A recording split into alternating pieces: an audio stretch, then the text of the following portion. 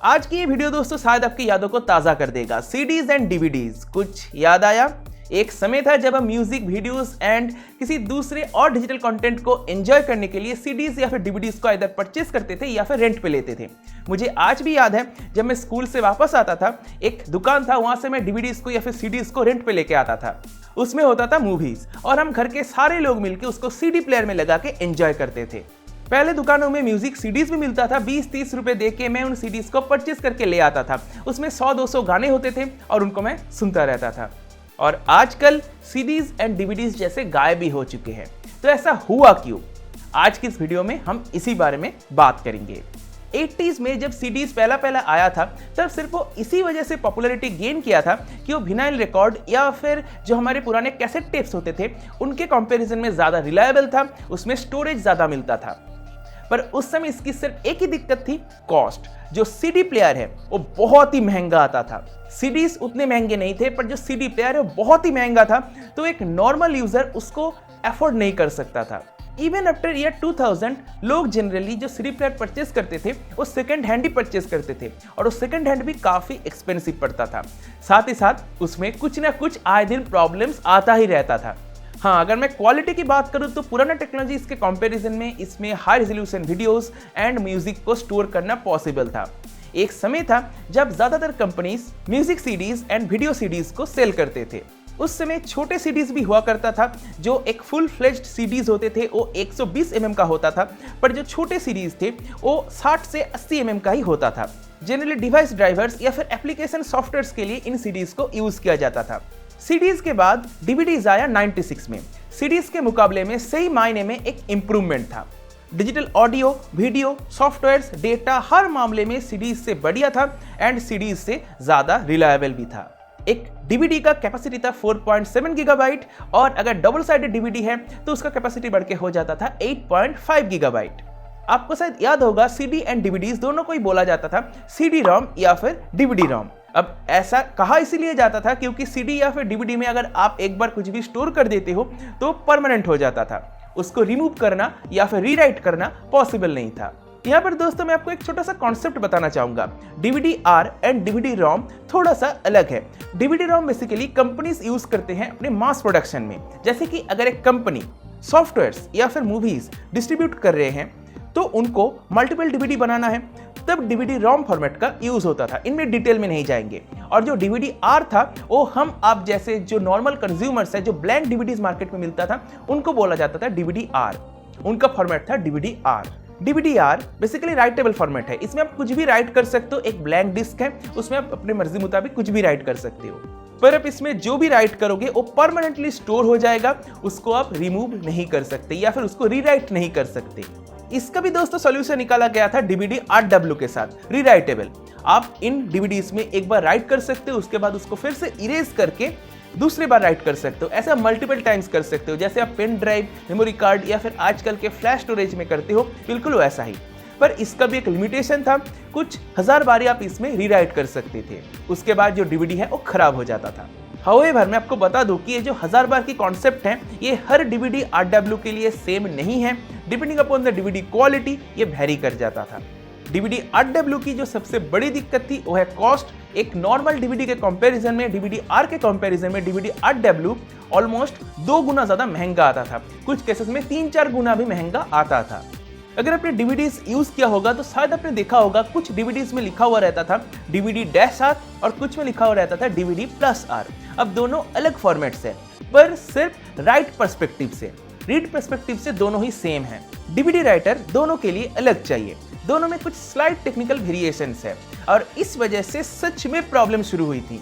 DVD-R writer DVD+R disc को right नहीं कर सकता और DVD+R राइटर DVD-R डिस्क को राइट नहीं कर सकता, पर वो एक दूसरे के साथ रीड जरूर कर सकता है। बेसिकली ये पूरा प्रॉब्लम था लाइसेंसिंग एंड रॉयल्टी का। बाद में हाउएवर रिलीज किया गया था DVD मल्टी ड्राइव से आप DVD-R एंड DVD+R दोनों डीवीडीज को ही राइट कर सकते हो।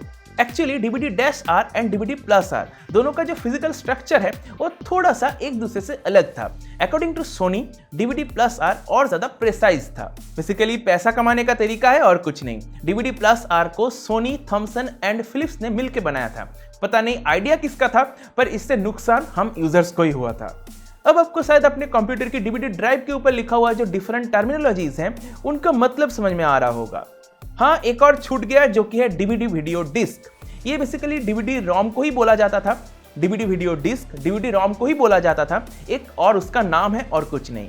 तो ये सब कुछ तो ठीक है, पर इन ऑप्टिकल टेक्नोलॉजीज की जो सबसे बड़ी दिक्कत थी वो है उसकी रिलायबिलिटी। अगर प्रॉपरली सीडीज या फिर डीवीडीज को स्टोर ना किया जाए तो बहुत ही जल्दी खराब हो जाता था। अगर प्रॉपर टेम्परेचर, प्रॉपर ह्यूमिडिटी अगर मेंटेन किया जाए, अगर सनलाइट में डीवीडीज एक्सपोज ना हो या फिर उसमें डार्ट वगैरह ना जाए, तो एक डीवीडी डिस्क 30 साल आराम से टिक सकता है। पर हम नॉर्मल यूजर्स के पास इतना कभी भी नहीं टिकेगा, क्योंकि हम ऐसे कंट्रोल्ड एनवायरनमेंट में डीवीडीज को नहीं रख सकते। सनलाइट, मॉइस्चर या फिर धूल डीवीडीज एंड सीडीज की सबसे बड़ा दुश्मन है, तो इसीलिए हमारे पास सीडीज या फिर डीवीडीज बहुत जल्दी खराब हो जाता था। And of course her DVDs rewritable नहीं होते हैं। अगर उसमें आपने गलती से कुछ भी राइट कर दिया तो जो डीवीडी है वो बेकार हो गया। अगर उसके अंदर की कुछ डेटा को आपको एडिट करना है, फिर से उसको उसमें सेव करनी है, तो आप ये नहीं कर सकते। अगर मान लो पहले 1 GB का एक फाइल था एक डीवीडी में, उसमें आपको कुछ भी एडिट करना है, थोड़ा बहुत स्लाइड चेंजेस करने हैं, आप ये नहीं कर सकते। उस डेटा को एडिट करने के बाद फिर से आपको 1 GB की फाइल उसमें राइट करनी पड़ेगी। एक 4.7 GB की डीवीडी से आपका 2 GB वेस्ट हो गया। और अगर हम रिलायबिलिटी के पॉइंट ऑफ व्यू से सीडी एंड डीवीडीज को कंपेयर करते हैं हमारे फ्लैश स्टोरेज के साथ, तो डेफिनेटली फ्लैश स्टोरेज जीत जाएगा। आप मुझे खुद ही सोच के बताओ, आपने कितना बार अपने पेन ड्राइव्स को या फिर एसएसडीज को, एक्सटर्नल एसएसडीज को हाथ से गिराया होगा। मल्टीपल टाइम अगर वो हाथ से गिर भी जाती है तो भी ज़्यादा कुछ नुकसान नहीं होता है, बहुत ही रेयर केस में डेटा लॉस होती है। पर अगर आप एक डीवीडी डिस्क को या फिर एक सीडी को हाथ से गिरा दोगे, अगर आप ये बार बार करोगे तो डेफिनेटली डेटा डैमेज हो जाएगा। इसी के साथ फ्लैश स्टोरेज रीराइटेबल है, उसमें अगर आपने कुछ भी राइट कर दिया उसको एडिट करना इजीली पॉसिबल है, तो स्पेस की बर्बादी भी कम होती है।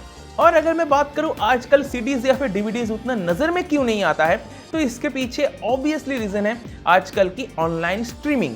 जैसे जैसे इंटरनेट का स्पीड इंप्रूव हो रही है, वैसे वैसे ऑनलाइन स्ट्रीमिंग ही ज्यादा पॉपुलैरिटी गेन कर रहा है। आप तो शायद देख ही रहे हो, जैसे आजकल हम नेटफ्लिक्स देखते हैं या फिर अमेजन प्राइम वीडियो देखते हैं, और भी ऐसे तरह तरह के स्ट्रीमिंग सर्विसेज हैं जो हम आजकल एंजॉय कर रहे हैं। इससे हम यूजर्स म्यूजिक, मूवीज और दूसरे डिजिटल कंटेंट को इजीली एंजॉय कर पा रहे हैं। हम क्यों ही सीडीज एंड डीवीडीज को आजकल यूज करेंगे?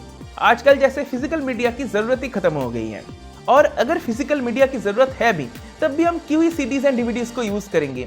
आजकल जो एसएसडीज है, जो पेन ड्राइव्स है, या फिर हमारे स्मार्टफोन्स के अंदर जो स्टोरेज है वो इतना बढ़ गया है, सीडीज एंड डीवीडीज इसके सामने बच्चा लगता है। एंड ऑफ कोर्स जो मॉडर्न स्टोरेज सॉल्यूशंस हैं वो ज्यादा रिलायबल है। और आजकल के कंटेंट्स का तो क्या ही कहना, इनका साइज इतना बढ़ गया है, एक सीडी में या फिर एक डीवीडी में शायद ही फिट आएगा। अल्टीमेटली जो सीडीज या फिर डीवीडीज हैं वो स्लो हैं। अगर आप 1080p कंटेंट को भी डीवीडी में स्टोर करते हो, तो जब आप उस कंटेंट को देखोगे अपने प्लेयर में, तो उसमें बफरिंग आपको देखने को मिलेगा, क्योंकि डीवीडीज का रीड स्पीड कम है, तो बफरिंग हो सकती है। और अगर आप 4K कंटेंट स्टोर करते हो तो क्या ही कहना। सीडीज एंड डीवीडीज को रिप्लेस करने के पीछे क्लाउड स्टोरेज का भी एक बहुत बड़ा हाथ है। क्लाउड स्टोरेज बहुत ज्यादा रिलायबल है, सेफ है, उसमें अगर कुछ भी अपने पास स्टोर कर दिया तो कहीं नहीं जा रहा है। और आजकल तो गेम्स की भी डिस्ट्रीब्यूशन ऑप्टिकल डिस्क से धीरे धीरे ऑब्सोलीट हो रही है। आजकल लोग ज्यादातर डिजिटल कॉपी को ही परचेस करना प्रेफर करते हैं। इससे सबसे बड़ा एडवांटेज तो यही मिलता है कि डिस्क का खराब हो जाने का कोई डर नहीं रहता, डिस्क खो जाने का कोई डर नहीं रहता, किसी भी डिवाइस से उस गेम को एक्सेस किया जा सकता है। डिजिटल कॉपी को परचेस करना डेफिनेटली ज्यादा कन्वीनियंट है। हाउएवर ब्लू-रे डिस्क आज भी है, जो गेम्स की डिस्ट्रीब्यूशन होती है वो आजकल ब्लू-रे डिस्क से ही होती है। एक बात ऑलवेज ध्यान रखना, डिजिटल कॉपी के कंपैरिजन में जो फिजिकल कॉपीज होते हैं वो थोड़ा सा एक्सपेंसिव पड़ता है। जो ब्लू-रे डिस्क है वो डीवीडीज का ही एडवांस्ड वर्जन है, जहां पे डीवीडीज को या फिर सीडीज को रीड या फिर राइट करने के लिए रेड लेजर का यूज किया जाता था। उसी जगह पे जो ब्लू-रे डिस्क है, इनको रीड या फिर राइट करने के लिए वायलेट लेजर का यूज की जाती है। वायलेट लेजर की वेवलेंथ रेड लेजर से छोटा है, इसी वजह से और प्रिसाइजली और कॉम्पैक्टली डेटा को राइट किया जा सकता है ब्लू-रे में। इसका जो डिस्क का स्ट्रक्चर है, जो डिस्क का फिजिकल स्ट्रक्चर है, वो भी डीवीडी से अलग है। एंड डेफिनेटली ब्लू-रे डिस्क को रीड या फिर राइट करने के लिए जो डिवाइसेस हैं वो भी अलग है। And of course Blu-ray disc DVDs के कंपैरिजन में ज्यादा रिलायबल है, उसको इतनी आसानी से स्क्रैच किया नहीं जा सकता, इतनी इजीली ब्लू-रे डिस्क डैमेज नहीं होता है डीवीडीज की तरह। ऑफ कोर्स ब्लू रे डिस्क की रीड राइट स्पीड भी डीवीडी से ज़्यादा है, पर ये बहुत सारे एस्पेक्ट पे डिपेंड करता है, कौन सा प्लेयर है, कौन सा इंटरफेस है, बहुत सारी चीज़ें हैं। और ब्लू रे की डिफरेंट रिविजन्स भी हैं, तो उसके हिसाब से भी स्पीड वेरी करती है।